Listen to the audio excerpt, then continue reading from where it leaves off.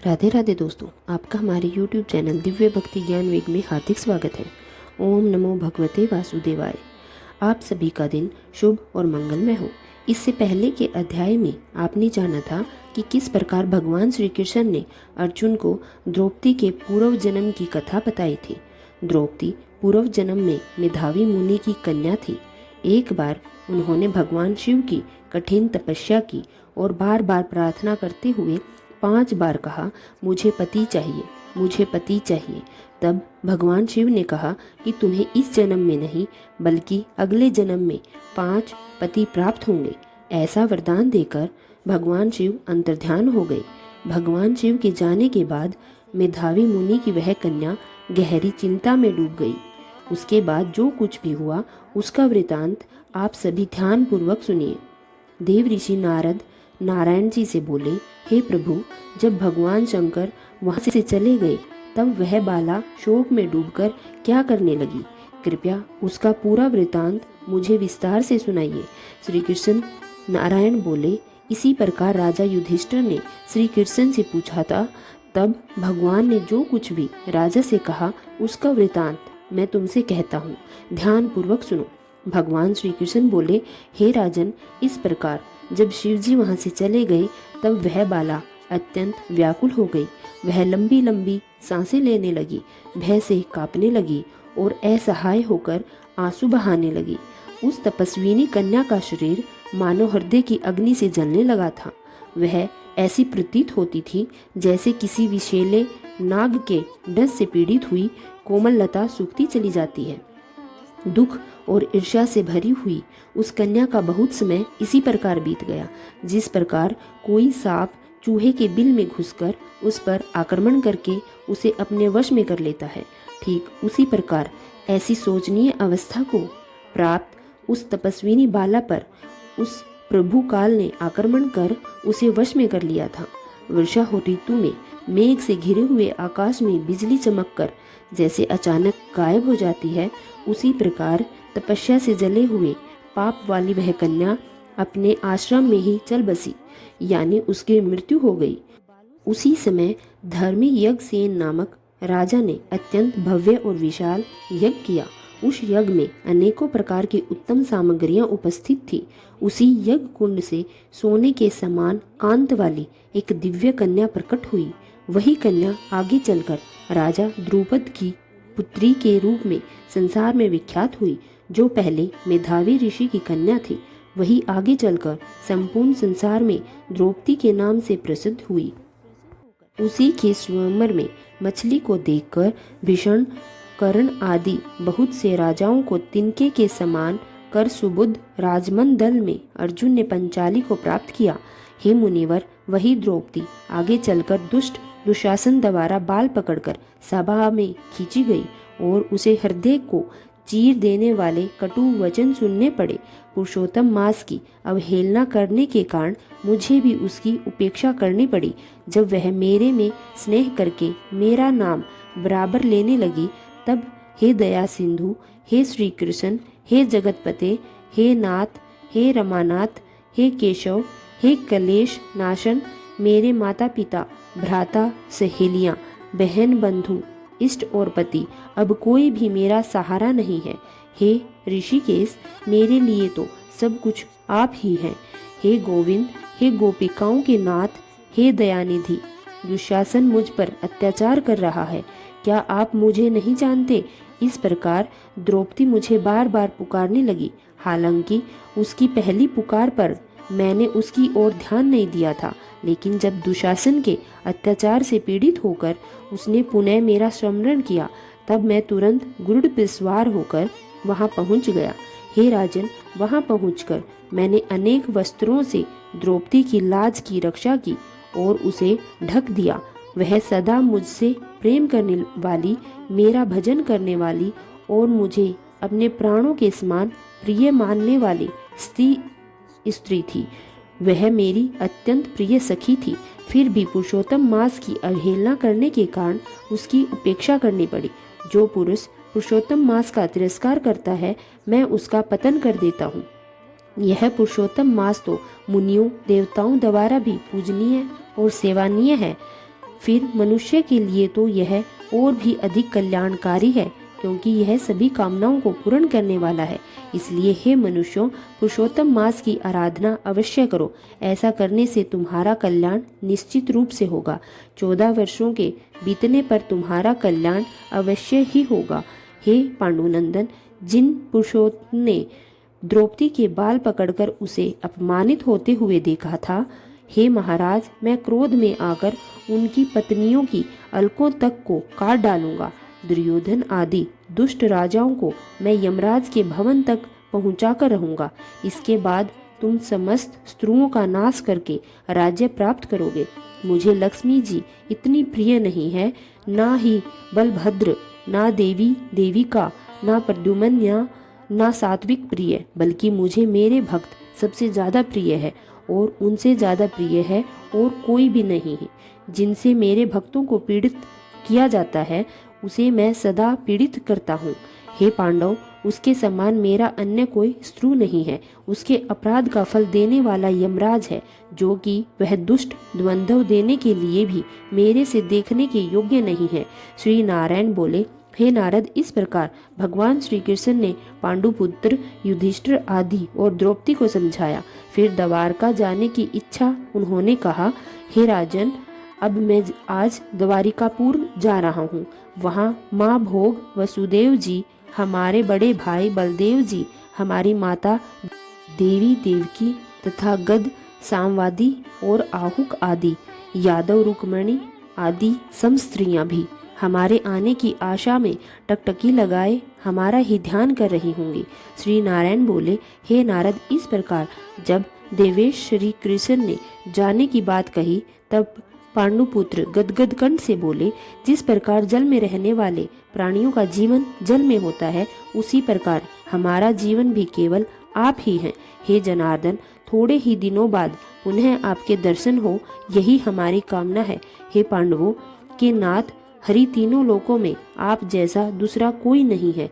इस प्रकार वहां उपस्थित सभी लोग भगवान श्री कृष्ण के सामने यह विनती करने लगे, हे प्रभु, आप सदैव हमारी रक्षा कीजिए।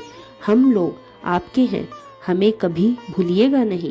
हम आपके चित्त रूपी भ्रमरों का जीवन तो आपके चरण कमलों में ही बसता है। आप ही हमारे एकमात्र आधार हैं। इसलिए हम सब बार बार आपसे यही प्रार्थना करते हैं। इन पांडुपुत्रों के लगातार इस प्रकार प्रेम भरे वचन कहने पर श्री कृष्ण प्रेमानंद में मगन हो गए। फिर धीरे धीरे रथ पर आरूढ़ होकर पीछे पीछे चलने वाले पांडुपुत्रों को स्नेह भरी दृष्टि से देखते हुए द्वारकापुरी की ओर प्रस्थान कर गए। श्री नारायण बोले, इसके बाद जब श्री द्वारका नाथ श्री कृष्ण चंद्र द्वारकापुरी चले गए, तब राजा युधिष्ठिर अपने छोटे भाइयों के साथ तपस्या करते हुए तीर्थों में भ्रमण करने लगे। हे ब्राह्मण, नारद भगवान के प्रिय पुरुषोत्तम मास में मन लगाकर और श्री कृष्ण के वचनों का निरंतर स्मरण करते हुए राजा युधिष्ठिर अपने छोटे भाइयों तथा द्रौपदी से कहने लगे, हे भाइयों, मैंने पुरुषोत्तम इतिहास में आने वाले अत्यंत महान और उग्र पुरुषोत्तम महात्म को सुना है। पुरुषोत्तम भगवान का पूजन किए बिना मनुष्य को सच्चा सुख किस प्रकार प्राप्त हो सकता है। इस भारतवर्ष में वही मनुष्य धन्य है, वही पूजनीय है और वही श्रेष्ठ कहलाने योग्य है, जो अनेक प्रकार के नियमों का पालन करते हुए पुरुषोत्तम भगवान की विधि पूर्वक पूजन और अर्चना करता है। इस प्रकार समस्त तीर्थों में भ्रमण करते हुए जब पुरुषोत्तम मास आया, तब पांडुपुत्र विधि पूर्वक व्रत करने लगे। हे मुनि नारद, व्रत के अंत में 14 वर्ष की अवधि पूर्ण होने पर श्री कृष्ण भगवान की कृपा से उन्होंने अतुलनीय और निष्कंटक राज्य प्राप्त किया। पूर्व काल में सूर्यवंश में दृढ़ धन्यवान नाम के एक राजा हुए थे। उन्होंने भी पुरुषोत्तम मास का श्रद्धा और नियम पूर्वक सेवन किया था। उस व्रत के प्रभाव से उन्होंने महान लक्ष्मी पुत्र पौत्रों का सुख तथा अनेक प्रकार के भोगों का आनंद प्राप्त किया और अंत में योग्य के जो भी दुर्लभ बैकुंठ लोक सहजता से प्राप्त नहीं होता, उस भगवान के परम धाम बैकुंठ को भी उन्होंने प्राप्त कर लिया। यह सब कहने में भी मैं पूर्ण रूप से समर्थ नहीं हूँ। आगे वह बोले, हे विप्रलोक, आपने पुरुषोत्तम मास का महत्व सुना है, लेकिन फिर भी मैं उसके संपूर्ण महात्म्य का वर्णन करने में समर्थ नहीं हूँ। श्री सूत जी आगे बोले, हे विप्रलोक, पुरुषोत्तम मास का महात्म कृष्ण द्वैपायन व्यास जी से सुनो।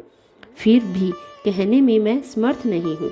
इस पुरुषोत्तम मास के अखिल महात्म का तो स्वयं भगवान नारायण ही जानते हैं, अर्थात साक्षात बैकुंठवासी श्री हरि भगवान जानते हैं। परंतु जिनके चरण पीठ को ब्रह्मा आदि देवता भी नमस्कार करते हैं, ऐसे गोलोकनाथ श्री कृष्ण भी अपने प्रिय पुरुषोत्तम मास का संपूर्ण महात्म्य नहीं जानते, तो फिर साधारण मनुष्य उसे भला कैसे जान सकता है। इसके आगे श्री कृष्ण नारायण ने देव ऋषि नारद को जो कुछ भी बताया, उसका अद्भुत वृतांत आप सभी अगले अध्याय में सुनिएगा। अगर आपको यह कथा अच्छी लगी हो तो वीडियो को लाइक जरूर कीजिएगा। अब हम सुनेंगे पुरुषोत्तम भगवान की कहानी, अध्याय 12। पिछले अध्याय में हमने उस महान, विस्मयकारी और रोंगटे खड़े कर देने वाली दिव्य प्रसंग का स्मरण किया था, जहां काम्यक वन के घने भयानक सन्नाटे में द्रौपदी की एक करुणामय पुकार पर साक्षात चराचर ब्रह्मांड के स्वामी श्री द्वारकाधीश प्रभु श्री कृष्ण द्वारिका से नंगे पैर दौड़े चले आए। हमने सुना कि किस प्रकार रसोई घर में रखे सूखे अनधुले अक्षय पात्र के कंठ से केवल एक चावल के दाने और साग की एक छोटी सी पत्ती को अपने मुखारविंद में रखकर प्रभु ने न केवल महर्षि दुर्वासा और उनके 10,000 शिष्यों की भूख को शांत किया, बल्कि संपूर्ण चराचर ब्रह्मांड के समस्त जीवों को क्षण भर में परम तृप्ति का अनुभव करा दिया।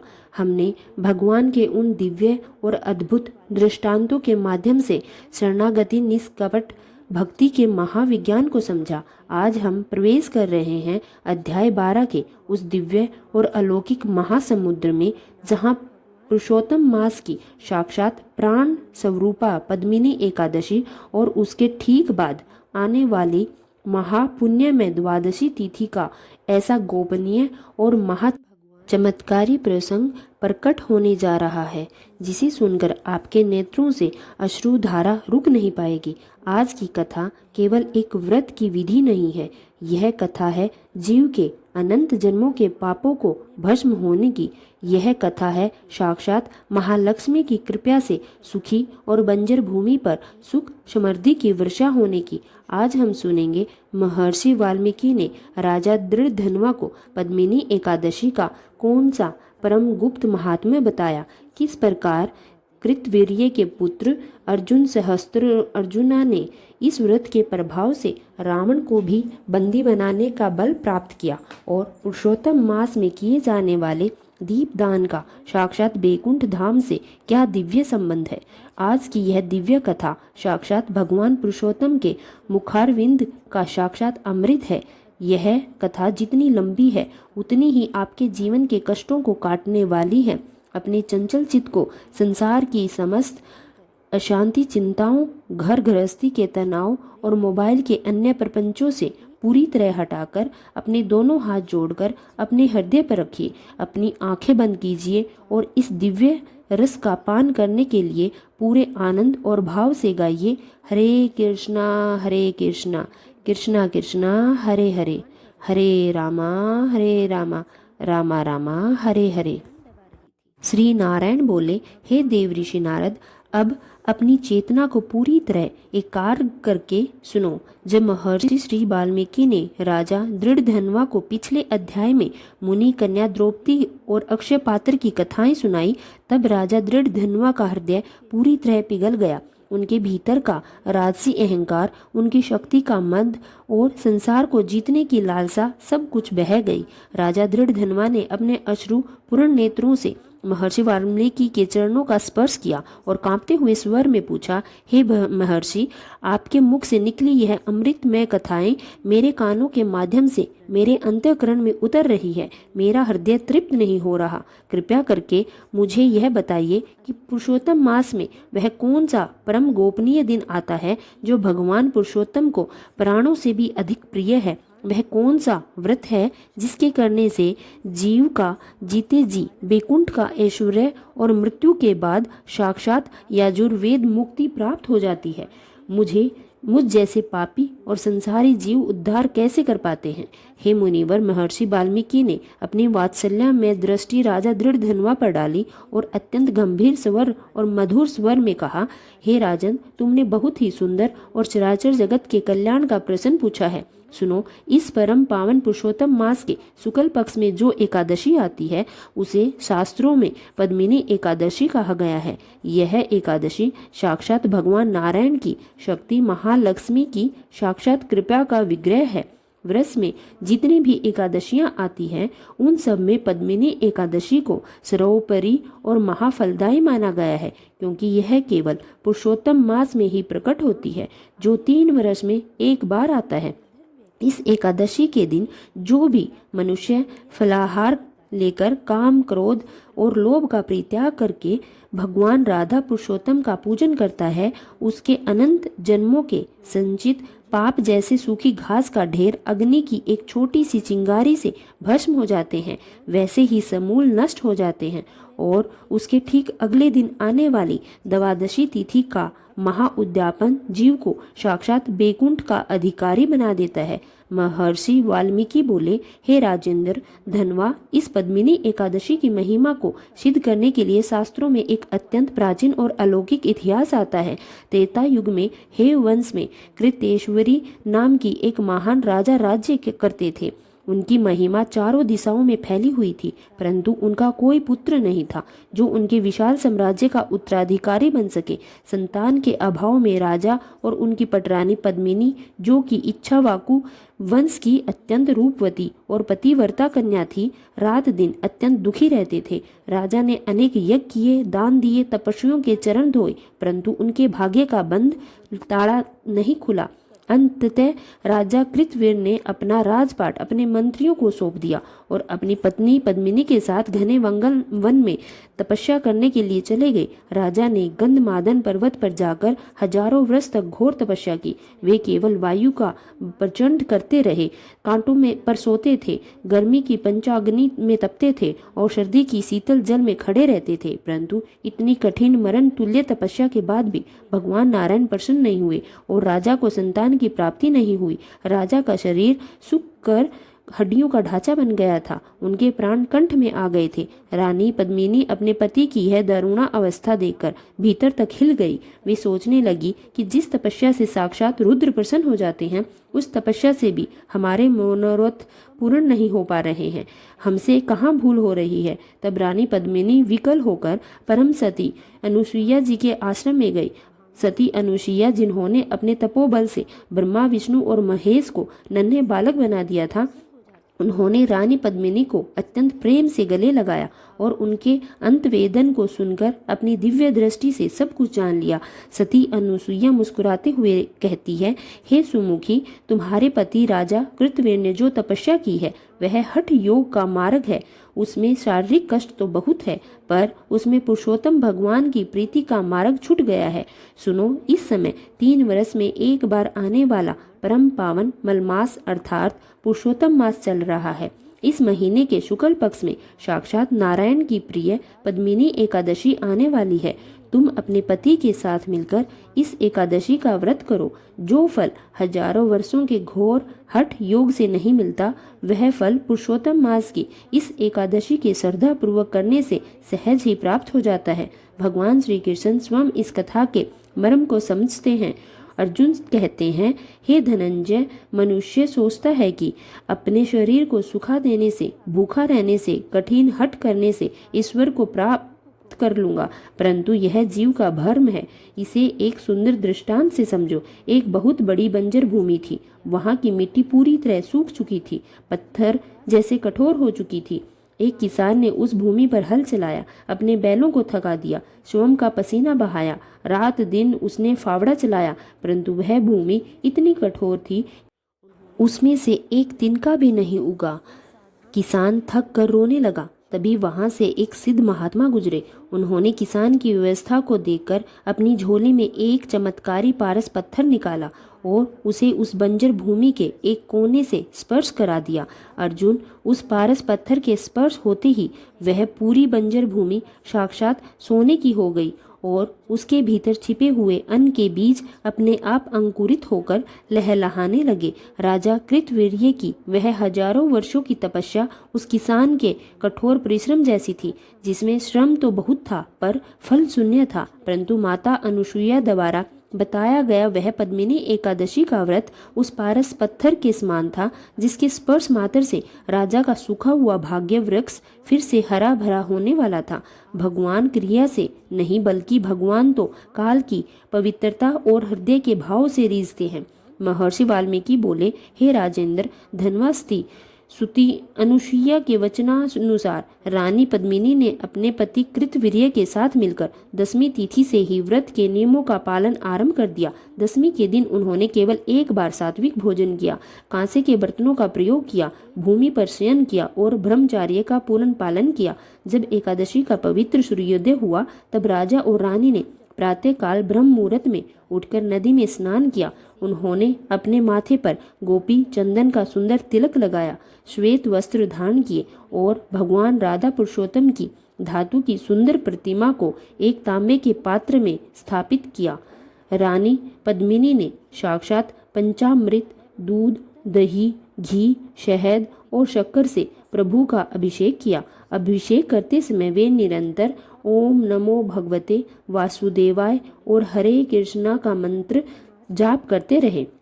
उन्होंने प्रभु को पीले वस्त्र, ऋतु के अनुसार सुगंधित पुष्प, तुलसी दल, धूप, दीप और 56 भोग अर्पित किए। उस दिन उन दोनों ने जल की एक बूंद भी ग्रहण नहीं की। वे पूरी तरह निराहार रहे। जैसे ही रात का अंधकार फैला, उन्होंने कुटिया के चारों ओर घी के सुंदर दीपक जलाए। राजा कृतवीर्य हाथ में मंजीरा लेकर, रानी पद्मिनी हाथ में करताल लेकर पूरी रात भगवान के सामने कीर्तन करते रहे। गोविंद जय जय, गोपाल जय जय, राधा रमण हरि गोविंद जय जय। रात के चारों पहरों में उन्होंने भगवान की विशेष आरती की। उनके हृदय में अब कोई अहंकार नहीं था, कोई हट नहीं थी। वहाँ केवल प्रभु के चरणों में पूर्ण आत्मसमर्पण था। उनकी इस निष्कपट भावपूर्ण और नियमबद्ध साधना को देखकर बैकुंठ धाम में बैठे भगवान पुरुषोत्तम का आसन डोल गया। वे गरुड़ पर सवार होकर उस कुटिया के सामने साक्षात प्रकट हो गए। भगवान श्री कृष्ण बोले, हे पांडवों, जब जीव इस प्रकार पद्मिनी एकादशी के व्रत में लीन हो जाता है तो साक्षात नारायण को उसके सामने आना ही पड़ता है। इसे एक सुंदर दृष्टांत से सुनो। एक घना जंगल था जहाँ भीषण गर्मी पड़ रही थी। दोपहर का समय था, सूरज आग उगल रहा था। एक छोटा सा हिरण प्यास से तड़प रहा था। उसकी जीभ बाहर आ निकली थी, उसकी आंखें धुंधली होती जा रही थी। वह जल की खोज में दौड़ रहा था, पर जहाँ भी देखता वहीं उसको सूखा नजर आता, रेत दिखाई देता। वह हिरण पूरी तरह थक गया और उसने मान लिया कि अब उसकी मृत्यु निश्चित है। उसने अपनी आंखें बंद कर ली और वन के देवता का स्मरण किया। तभी अचानक हवा का एक ठंडा झोंका आया और उस हिरण ने जब आंखें खोली तो उसने देखा कि वह साक्षात एक ऐसे शीतल, निर्मल और अगाध सरोवर के किनारे खड़ा है जिसका जल अमृत के समान मीठा था। हिरण ने पेट भरकर जल पिया और उसका जीवन बच गया। हे अर्जुन, वह राजा कृतवीर्य और रानी पद्मिनी भी उस प्यासे हिरण के समान थे जो हजारों वर्षों से तपस्या के तपती हुई रेत में भटक रहे थे। परंतु पद्मिनी एकादशी का व्रत उनके जीवन में उस शीतल सरोवर की भांति प्रकट हुआ जिसने साक्षात मुझ नारायण को उनके सामने लाकर खड़ा कर दिया। मैंने राजा से कहा, हे राजन, मैं तुम्हारी पत्नी पद्मिनी के इस एकादशी व्रत से अत्यंत प्रसन्न हूँ। मांगो, तुम्हें क्या वरदान चाहिए। महर्षि वाल्मीकि बोले, हे राजन, दृढ़धनवा भगवान पुरुषोत्तम को अपने सामने देखकर राजा कृतवीर्य और रानी पद्मिनी का आनंद का ठिकाना न रहा। वे प्रभु के चरणों में लौट गए। राजा ने हाथ जोड़कर कहा, हे प्रभु, यदि आप प्रसन्न हैं तो मुझे एक ऐसा पुत्र प्रदान करें जो संपूर्ण पृथ्वी पर अजय हो, जिसे देवता, मनुष्य, असुर और गंधर्व कोई भी पराजित ना कर सके। वह अत्यंत पराक्रमी, धार्मिक हो और उसके पास 10,000 भुजाओं जैसे अधर्म का नाश कर सके। परंतु प्रभु और एक और विशेषता हो, केवल आपके हाथों ही पराजित हो, अन्य किसी के हाथों उसकी मृत्यु न हो। भगवान नारायण ने मुस्कुराते हुए कहा, तथास्तु। तुम्हारी पत्नी पद्मिनी के नाम पर ही इस एकादशी का नाम पद्मिनी एकादशी रहेगा और इसके पुण्य से तुम्हारे घर में एक ऐसा महाप्रतापी पुत्र जन्म लेगा जिसकी वीरता की गाथाएं तीनों लोकों में गाई जाएगी। समय आने पर रानी पद्मिनी के गर्भ से एक अत्यंत तेजस्वी बालक का जन्म हुआ, जिसका नाम अर्जुन रखा गया, जो आगे चलकर शास्त्रों में कार्तवीर्य अर्जुन या सहस्त्रार्जुन के नाम से विख्यात हुआ। पद्मिनी एकादशी के पुण्य बल से उसके पास 10,000 भुजाएं थी और उसकी शक्ति का कोई और छोर नहीं था। हे राजन, दृढ़धनवा यह वही सहस्त्रार्जुन था जिसने अपने बाहुबल से नर्मदा नदी के प्रभाव को उलट दिया था। एक बार जब लंका का अभिमानी राजा रावण दिग्विजय पर निकला तो उसने सहस्त्रार्जुन को युद्ध के लिए ललकारा। सहस्त्रार्जुन ने अपनी 10,000 भुजाओं से नर्मदा के जल को रोककर रावण की पूरी सेना को डुबो दिया और रावण को एक छोटे से बंदर की भांति पकड़कर अपने अस्तबल में घोड़ों के पास बांध दिया। रावण महीनों तक सहस्त्रार्जुन की कैद में रहा और रोता रहा। अंत में रावण के दादा महर्षि पुलस्त्य ने आकर सहस्त्रार्जुन से प्रार्थना की, तब कहीं जाकर रावण को मुक्ति मिली।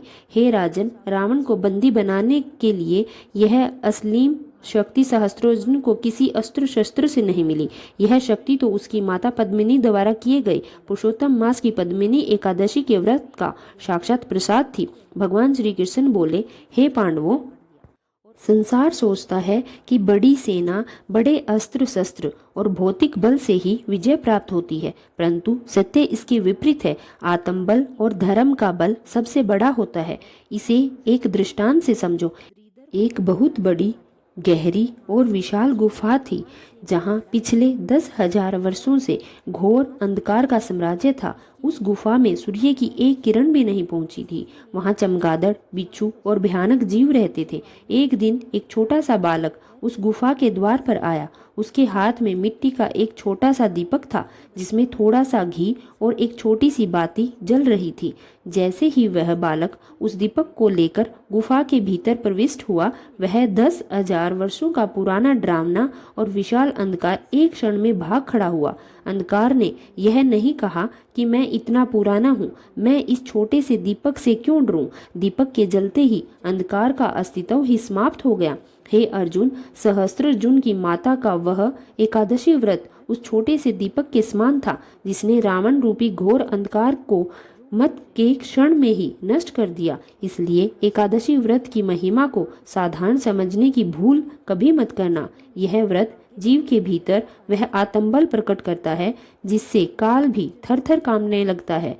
महर्षि वाल्मीकि ने कथा को आगे बढ़ाते हुए कहा, हे राजेंद्र धनवा, एकादशी के व्रत के बाद जो भी सबसे महत्वपूर्ण भाग आता है वह है द्वादशी तिथि का उद्यापन और पारण।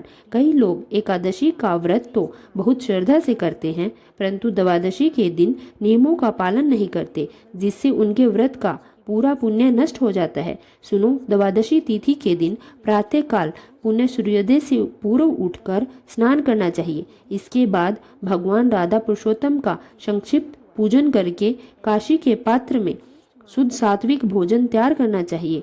इस भोजन में तुलसी दल अवश्य डालना चाहिए। इसके बाद अपने घर पर किसी सदाचारी वेद पाठी ब्राह्मण को निमंत्रित करना चाहिए। यदि ब्राह्मण उपलब्ध ना हो तो किसी भूखे, अनाथ या संत को भोजन कराना चाहिए। ब्राह्मण के चरण धोकर उन्हें आसन पर बैठाएं, उन्हें तिलक लगाएं और अत्यंत आदर के साथ वह महाप्रसाद परोसे। जब तक ब्राह्मण भोजन ना कर ले तब तक सोम भोजन का एक तिनका भी मुख में नहीं डालना चाहिए। ब्राह्मण को भोजन कराने के बाद उन्हें अपनी सामर्थ्य के अनुसार वस्त्र, अन्न, फल, दक्षिणा देकर उनके पैर छूकर आशीर्वाद लेना चाहिए। इसके बाद ही द्वादशी तिथि की समाप्त होने से पूर्व यानी पारण के शुभ मुहूर्त में भगवान का चरणामृत लेकर व्रत का पारण करना चाहिए। पारण का भोजन अत्यंत सात्विक होना चाहिए। उसमें प्याज, लहसुन या तामसिक चीजों का अंश भी नहीं होना चाहिए। जो मनुष्य इस एकादशी के बाद द्वादशी का उद्यापन करता है उसे साक्षात पुरुष नारायण की प्रसन्नता प्राप्त होती है। राजा कृतवीर्य और रानी पद्मिनी ने इसी विधि के द्वादशी का पारण किया और जिसके कारण उनका पूरा वंश धन्य हो गया। भगवान श्री कृष्ण बोले, हे अर्जुन, द्वादशी का पारण और उद्यापन उतना ही महत्वपूर्ण है जितना कि एकादशी का व्रत रखना।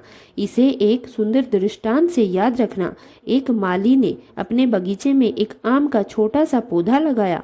उसने दिन रात उसकी सेवा की, उसे जल से सींचा, उसके चारों ओर बाड़ लगाई ताकि कोई गाय या बकरी उसे खा ना जाए। कई वर्षों की मेहनत के बाद उस पौधे पर सुंदर मीठे और पके हुए आम के फल आए। माली बहुत प्रसन्न हुआ। उसने एक टोकरी में उन पके हुए आमों को इकट्ठा किया और उन्हें राजा के दरबार में ले जाने लगा। परंतु मार्ग में उसे नींद आ गई और वह एक पेड़ के नीचे टोकरी रखकर सो गया। तभी वहां कुछ बंदर गुजरे और उन्होंने उस टोकरी के सारे फल खा लिए और टोकरी को तोड़ दिया। जब माली जागा तो उसके हाथ में केवल पछतावा और खाली टोकरी बची थी। उसकी वर्षों की मेहनत एक ही क्षण में असावधानी से नष्ट हो गई। हे पांडवों, एकादशी का व्रत रखना उस पौधे को सींचने के जैसा था, परंतु द्वादशी के दिन नियमों का पालन न करना और पारण में असावधानी बरतना उस माली की नींद की जैसी है जो पूरे पुण्य रूपी फल को नष्ट कर देती है। द्वादशी के दिन ब्राह्मण सेवा और सात्विक पारण अत्यंत आवश्यक है, तभी व्रत की पूर्णता होती है। महर्षि वाल्मीकि बोले, हे राजेंद्र धनवा, अब मैं तुम्हें पुरुषोत्तम मास का एक और सबसे सरल, सुलभ परंतु अनंत गुना फल देने वाला गुप्त रहस्य बताता हूँ, जिसे दीपदान कहा जाता है। इस पवित्र महीने में जो व्यक्ति किसी देवालय में, नदी के तट पर, तुलसी के पौधे के समीप या अपने घर के मुख्य द्वार पर घी या तेल का दीपक जलाता है, उसके जीवन में अकाल मृत्यु का योग हमेशा के लिए टल जाता है। दीपदान का अर्थ है अपने भीतर के अज्ञान को मिटाकर प्रभु के प्रकाश को स्वीकार करना। शास्त्रों में लिखा है कि जो पुरुषोत्तम मास में साक्षात भगवान सूर्य की किरणों और महालक्ष्मी की कृपा पृथ्वी पर बिखरी रहती है, जब हम तुलसी के पौधों के सामने शाम के समय दीपक जलाते हैं तो माता तुलसी अत्यंत प्रसन्न होती है। जो तुलसी की शरण में जाता है उसे श्री राधा कृष्ण के चरणों के स्थान में अपना स्थान मिल जाता है। यदि कोई व्यक्ति पूरे महीने व्रत ना कर सके परंतु वह प्रतिदिन नियम से शाम को एक दीपक भगवान पुरुषोत्तम के सामने रखकर हरे कृष्णा मंत्र का जाप करता है तो उसे भी बैकुंठ धाम की प्राप्ति होती है। राजा चित्रकेतु ने इसी दीपदान के प्रभाव से अपने खोए हुए राज्य और स्वर्ग के ऐश्वर्य को पुनः प्राप्त किया था। भगवान श्री कृष्ण दीपक की महिमा को समझाते हुए एक और अद्भुत दृष्टांत देते हैं। प्रभु बोले, हे अर्जुन, दीपक की महिमा इतनी अपार है कि यदि कोई अनजाने में भी इसे कर दे तो उसे अपना बना लेता है। इसे एक दृष्टांत से सुनो। एक नगर में एक अत्यंत वृद्धा और अंधा याचक रहता था। उसकी आंखों से कुछ दिखाई नहीं देता था। एक बार पुरुषोत्तम मास की अमावस्या की घोर अंधेरी रात थी। चारों ओर सन्नाटा था। वह अंधा याचक राजपथ पर लाठी टेकते हुए चल रहा था। तभी उसके पैरों से एक मिट्टी का बुझा हुआ दीपक टकराया जो किसी राहगीरी से गिर गया था। उस दीपक में थोड़ा सा तेल और बाती बची थी। अंधे याचक को तो कुछ दिखाई नहीं दे रहा था, पर उसने अपनी जेब से चमकता हुआ पत्थर निकाला, ताकि वह अपनी बीड़ी जला सके, परंतु जैसे ही उसने पत्थर पे चिंगारी डाली वह अनजाने से उस दीपक के ऊपर गिर गई और वह दीपक जल उठा। राजपथ पर प्रकाश फैल गया, जिससे पीछे से आ रहे कई यात्रियों को गड्ढे में गिरने की राह मिल गई। उस अंधे याचक ने तो अपने लिए आग जलाई थी, पर अनजाने में उसने दीपदान कर दिया। हे धनंजय, उस पुरुषोत्तम मास के प्रभाव से, उस अनजाने में हुए दीपदान के पुण्य से जब उस याचक की मृत्यु हुई तो उसे यमराज के दूत उसके पास नहीं आए। साक्षात मेरे पार्षद बैकुंठ से दिव्य विमान लेकर आए और उसे सम्मान सहित मेरे धाम ले आए। जब अनजाने में किए गए दीपदान का ऐसा फल है तो भक्त श्रद्धापूर्वक प्रतिदिन तुलसी के समीप दीप जलाते हैं। उनकी महिमा का वर्णन तो साक्षात ब्रह्मा जी ही नहीं कर सकते। महर्षि वाल्मीकि बोले, हे राजन दृढ़ धनवा, इस संसार में जीव सोचता है कि मेरे पास बहुत धन है, बहुत सी गाड़ियां हैं, ऊंचे महल हैं, मैं तो सुरक्षित हूँ, परंतु विपत्ति के समय यह भौतिक साधन काम नहीं आते। केवल भगवान का नाम और अपना किया हुआ पुण्य ही काम आता है। इसे एक और दृष्टांत से समझो। एक बहुत बड़ा धनवान सेठ था, जिसके पास सोने और हीरे के बड़े बड़े जहाज थे। वह समुद्र के मार्ग से व्यापार करता था। एक बार उसका एक विशाल जहाज जो हीरों से भरा था बीच समुद्र के भयंकर तूफान में फंस गया। लहरें इतनी ऊंची उठी कि जहाज के बड़े बड़े तख्ते टूटने लगे। सेठ घबरा गया। उसने अपने हीरों की पोटली को अपने सीने से लगा लिया और चिल्लाने लगा, बचाओ बचाओ, परंतु उस गहरे समुद्र में उसकी पुकार सुनने वाला कोई नहीं था। तभी उसका जहाज पूरी तरह टूट गया और वह पानी में डूबने लगा। हीरे की पोटली में इतनी भारी थी कि वह उसे नीचे खींच रही थी। सेठ को समझ आ गया कि यदि उसने इस धन का मोह नहीं छोड़ा तो उसके प्राण इसी क्षण चले जाएंगे। उसने भारी पोटली को समुद्र में फेंक दिया और पानी में तैरते हुए लकड़ी के एक छोटे से टूटे हुए तख्ते को पकड़ लिया। उस छोटे से तख्ते के सहारे वह तैरता हुआ किनारे पर आ गया और उसकी जान बच गई। हे राजेंद्र धनवा, यह संसार भी एक भयंकर समुद्र के समान है और दुर्योधन या इस संसार के लोभी मनुष्यों का वैभव उस हीरे की भारी पोटली जैसा है जो जीव को नरक के गहरे गर्त में डुबो देती है। परंतु पद्मिनी एकादशी का व्रत और भगवान का नाम उस लकड़ी के छोटे से तख्ते के समान है जो दिखने में तो बहुत साधारण है, पर वह जीव इस संसार सागर को पार उतरकर साक्षात बैकुंठ के किनारे पहुंचा देता है। इसलिए धन का अहंकार छोड़कर इस व्रत के तख्ते को थाम लो। महर्षि वाल्मीकि ने राजा दृढ़ धनवा के हृदय को पूरी तरह शांत करते हुए अंतिम दृष्टांत दिया। मुनिवर बोले, हे राजन, तुम बार बार मुझसे पूछते हो कि क्या मुझ जैसे संसारी जीव को भगवान स्वीकार करेंगे। सुनो, भगवान की करुणा की कोई सीमा नहीं है। इसे एक दृष्टांत से सुनो। एक नगर में एक छोटा सा अनाथ बालक था, जिसके माता पिता बचपन में ही शांत हो गए थे। वह फटे पुराने कपड़ों में गलियों में घूमता था, धूल में खेलता था, मांगकर पेट भरता था। एक दिन उस नगर के राजा की सवारी वहां से गुजर रही थी। उस बालक के कौतुक में राजा के रथ के सामने आकर हाथ हिला दिया। राजा ने रथ रुकवाया। राजा ने देखा कि बालक का पूरा शरीर धूल से सना हुआ है। उसके चेहरे पर कालिमा और आंखों में एक अद्भुत निश्चलता है। राजा का हृदय करुणा से भर उठा। राजा ने अपने सैनिकों से कहा, इस बालक को अभी राजमहल ले जाओ, इसे सुगंधित जल से स्नान कराओ, इसे रेशमी वस्त्र पहनाओ और आज से इसे मेरा दत्तक पुत्र घोषित कर दो। क्षण भर में वह अनाथ बालक जो गलियों की धूल में रेंग रहा था उस राज्य का राजकुमार बन गया।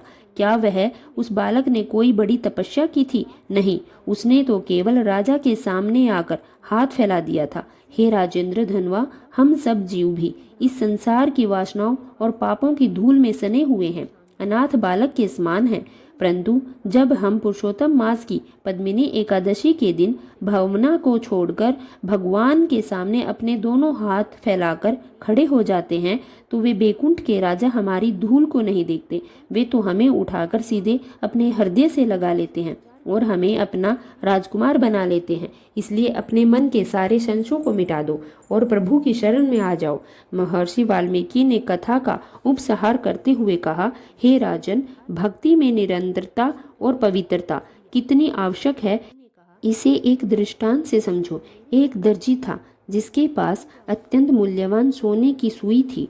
वह उससे राजा के सुंदर वस्त्र सिलता था। एक दिन उसने सोचा कि सुई तो इतनी कीमती है, क्यों ना मैं इसमें धागे भी सोने का ही डालूं। उसने सोने का एक बारीक सा तार लिया और उसे सुई की नोक में डालने का प्रयास किया, परंतु सोने का तार पड़ा था और वह सुई में छोटे से छेद में नहीं जा पा रहा था। दर्जी ने बहुत प्रयास किया पर असफल रहा। तभी उसके बुद्धिमान सहायक ने उसका कहा, उस्ताद, सुई तो भले सोने की हो, कपड़े को सिलना है तो इसमें कपास का लचीला या कोमल धागा ही डालना पड़ेगा, तभी यह सुई कपड़े के भीतर जा पाएगी। दर्जी को बात समझ आ गई। उसने सूती धागा डाला और सुंदर वस्त्र सिल दिए। हे राजा दृढ़धनवा, भगवान का यह पद्मिनी एकादशी व्रत उस सोने की सुई के समान है, परंतु हमारे हृदय का जो विनय, कोमलता और करुणा है वह उस सूती धागे के समान है। यदि हमारे भीतर कठोरता रहेगी, अहंकार रहेगा, तो यह व्रत हमारे अंतःकरण को भी नहीं उठा पाएगा। इसलिए अपने भीतर दया, विनय और प्रेम का धागा पिरोकर इस व्रत को करो, तभी तुम्हारा जीवन सुंदर वस्त्र की भांति प्रभु के ओढ़ने योग्य बन पाएगा। भगवान श्री कृष्ण अर्जुन से कहते हैं, हे अर्जुन, महर्षि वाल्मीकि के इन दिव्य वचनों को सुनकर राजा दृढ़धनुआ का जीवन पूरी तरह बदल चुका था। उन्होंने उसी क्षण अपने राज्य में यह घोषणा करवा दी कि उनके राज्य का प्रत्येक नागरिक पुरुषोत्तम मास की पद्मिनी एकादशी व्रत का पूरी निष्ठा से पालन करेगा। तब श्री कृष्ण बोले, हे अर्जुन, एक चतुर किसान था जिसके पास बुआई के लिए केवल एक मुट्ठी उत्तम बीज बचा हुआ था। बाकी सारे बीज अकाल में नष्ट हो चुके थे। उसने सोचा कि यदि मैं इन बीजों को खा लूंगा तो मेरा पेट एक दिन के लिए भर जाएगा, पर कल मैं फिर भूखा मरूंगा। उसने बुद्धिमानी की। उसने उन बचे हुए अंतिम बीजों को अपने सबसे उपजाऊ खेत में लाकर बो दिया। उसने प्रतिदिन उनमें जल डाला। कुछ ही महीनों में उस एक मुट्ठी बीज से इतनी भारी फसल पैदा हुई कि उस किसान की कोठरियां अनाज के ऊपर तक भर गई। वह जीवन भर के लिए अमीर हो गया। हे कुंती पुत्र, राजा दृढ़धनवा ने भी अपने जीवन के अंतिम पुण्य के बीजों को इस पद्मिनी एकादशी के खेत में बो दिया, जिसके प्रभाव से उनके राज्य में कभी कोई अकाल नहीं पड़ा, कोई बीमारी नहीं आई। उनकी प्रजा सुख शांति से रहने लगी। यही इस एकादशी का महाविज्ञान है। मेरे परम प्रिय साक्षात भक्ति रस के साक्षात प्रतिमूर्ति, हमारे प्यारे परिवार के सभी भक्तों, आज का यहाँ ये 12वां अध्याय हमें सिखाता है कि जीवन में चाहे कितनी भी बड़ी बंजर भूमि क्यों ना हो, यदि हमें पद्मिनी एकादशी और द्वादशी के उद्यापन का पारस पत्थर मिल जाए तो हमारा पूरा जीवन साक्षात सोने का हो सकता है। यह कथा हमें याद दिलाती है कि भगवान को हमारे सोने के महल नहीं, हमारे हृदय की कोमलता और दीपदान का वह छोटा सा प्रकाश चाहिए जो हम अनजाने में उन्हें सौंप दे देते हैं। यदि पद्मिनी एकादशी की यह दिव्य महिमा, सहस्त्रार्जुन कोई जन्म का यह अलौकिक इतिहास और ठाकुर जी की यह सुंदर वृतांत आपके अंतःकरण को आनंद के सागर में डुबो गए हों, तो हमारे चैनल को सब्सक्राइब करना न भूलें और कमेंट बॉक्स में श्री हरि विष्णु जरूर लिखें। अब हम सुनेंगे गीता का 12वां अध्याय। मित्रों, आज की वीडियो में हम जानेंगे श्रीमद् भगवत गीता के 12वें अध्याय से क्या सीखा जा सकता है, और वह भी बहुत ही सरल शब्दों में। मित्रों, प्रभु कहते हैं, प्रार्थना हमेशा शब्दों से नहीं बल्कि हृदय से होनी चाहिए, क्योंकि भगवान तो उनकी भी सुनते हैं जो बोल नहीं सकते। मित्रों, श्रीमद् भगवत गीता के 11वें अध्याय में हमने जाना कि भगवान विश्व रूप विराट स्वरूप कैसे दिखाता है। क्या भगवान का विश्व रूप विराट स्वरूप मनमोहक है या फिर बहुत ही भयानक है। साथ ही साथ हमने यह भी जाना कि क्या भगवान के विश्व रूप विराट स्वरूप का दर्शन हम मनुष्य के लिए संभव भी है। मित्रों, अब तक के अध्यायों में भगवान श्री कृष्ण ने अपने सखा, अपने मित्र अर्जुन को वह सब दर्शन दिए जो अर्जुन पाना चाहता था। वह विराट स्वरूप के दर्शन दिए जो अर्जुन के मन की इच्छा थी। अपनी उन विभूतियों के बारे में बताया जिनके बारे में अर्जुन को कभी पता नहीं था। अर्जुन ने अपने जीवन में महाभारत के उस समय तक जब श्रीमद् भगवत गीता के भगवान श्री कृष्ण ने सुनाई, तब तक अर्जुन ने भगवान श्री कृष्ण को सखा माना था। जब दिव्य दर्शन हुए तब उन्हें समझ आया कि उनके साथ साक्षात भगवान है। मित्रों, श्रीमद् भगवत गीता के 12वें अध्याय में हम जानेंगे कि किस प्रकार भगवान की भक्ति और निष्ठा से जीवन को सार्थक बनाया जा सकता है, मोक्ष को प्राप्त किया जा सकता है। साथ ही साथ हम यह भी जानेंगे कि भगवान की भक्ति में स्थित मनुष्य क्या क्या लक्षण होते हैं। तो चलिए भक्तों सुनते हैं श्रीमद् भगवत गीता का अध्याय 12। इस अध्याय में भक्ति, योग, साकार और निराकार रूप से भगवत प्राप्ति है। अर्जुन भगवान श्री कृष्ण से पूछते हैं, हे भगवान, जो विधि आपने बताई है उसी विधि के अनुसार अनन्य भक्त आपकी शरण होकर कुछ लोग आपके सगुण साकार रूप की निरंतर पूजा आराधना करते हैं। अन्य लोग जो आपकी शरण ना होकर अपने भरोसे आपके निर्गुण निराकार की पूजा करते हैं। इन दोनों प्रकार के योगियों में अधिक पुण्य सिद्धि योग किसे माना गया है? भगवान कहते हैं, हे अर्जुन, निरंतर अपने मन को स्थिर करके निरंतर साकार रूप की पूजा में लगे रहते हैं और अत्यंत श्रद्धा पूर्वक मेरे दिव्य स्वरूप की आराधना करते हैं, वह मेरे द्वारा योगियों में अधिक पूर्ण सिद्ध योगी माने जाते हैं। लेकिन जो मनुष्य मन बुद्धि के चिंतन से परे परमात्मा के अविनाशी सर्वव्यापी अकालनीय निराकार अचल स्थित स्वरूप की उपासना करते हैं, वह मनुष्य भी अपनी सभी इंद्रियों को वश में करके सभी परिस्थितियों में समान भाव से और सभी प्राणियों के हित में लगे रहकर मुझे ही प्राप्त होंगे। अव्यक्त निराकार स्वरूप के प्रति आसक्त मन वाले मनुष्यों को परमात्मा की प्राप्ति अत्यधिक कष्ट पूर्ण करने वाली होती है, क्योंकि जब तक शरीर द्वारा कार्तपान का भाव न रहता तब तक अव्यक्त परमात्मा की प्राप्ति दुखप्रद होती है। परंतु हे अर्जुन, जो मनुष्य अपने सभी कर्मों से मुझे अर्पित करके मेरी स्थिति में अनन्य भाव से भक्ति योग में स्थिर होकर निरंतर मेरा चिंतन करता है, मेरी उपासना करता है, मुझ में स्थिर मन वाले मनुष्यों का मैं जन्म मृत्यु रूपी संसार सागर से अति शीघ्र ही उद्धार कर देता हूँ। हे अर्जुन, तू अपने मन को मुझ में ही स्थिर कर और मुझ में ही अपनी बुद्धि को लगा। इस प्रकार तू निश्चित रूप से मुझ में ही सदैव निवास करेगा, इसमें किसी प्रकार का कोई संदेह नहीं है। हे अर्जुन, यदि तू अपने मन को मुझ में स्थिर नहीं कर सकता तो भक्ति योग के अभ्यास द्वारा मुझे प्राप्त करने की इच्छा उत्पन्न कर। यदि तू भक्ति योग का अभ्यास नहीं कर सकता तो केवल मेरे लिए कर्म करने का प्रयत्न कर। इस प्रकार तू मेरे लिए कर्मों को करता हुआ मेरी प्राप्ति रूपी परम सिद्धि को प्राप्त करेगा। यदि तू मेरे लिए कर्म नहीं कर सकता तो मुझ पर आश्रित होकर सभी कर्मों के फलों का त्याग करके समर्पण के साथ आत्मस्थित महापुरुष की शरण ग्रहण करो। उनकी प्रेरणा से कर्म अपने आप ही होने लगेगा। बिना समझे मन को स्थिर करने के अभ्यास से ज्ञान का अनुशीलन करना श्रेष्ठ है। ज्ञान से ध्यान श्रेष्ठ समझा जाता है और ध्यान से सभी कर्मों के फलों का त्याग श्रेष्ठ होता है, क्योंकि ऐसे त्याग से शीघ्र ही परम शांति की प्राप्ति होती है। अर्जुन पूछते हैं कि हे प्रभु, भक्ति में स्थित मनुष्य क्या क्या लक्षण होते हैं? श्री भगवान बोले, हे अर्जुन, जो मनुष्य किसी से द्वेष नहीं करता, सभी प्राणियों के प्रति मित्र भाव रखता है, सभी जीवों के प्रति दया भाव रखने वाला होता है तथा ममता से मुक्त, मिथ्या अहंकार से मुक्त, सुख और दुख को समझने वाला और सभी के अपराधों को क्षमा करने वाला, ऐसे लक्षण उन मनुष्य के होते हैं जो मेरी भक्ति में स्थित हैं।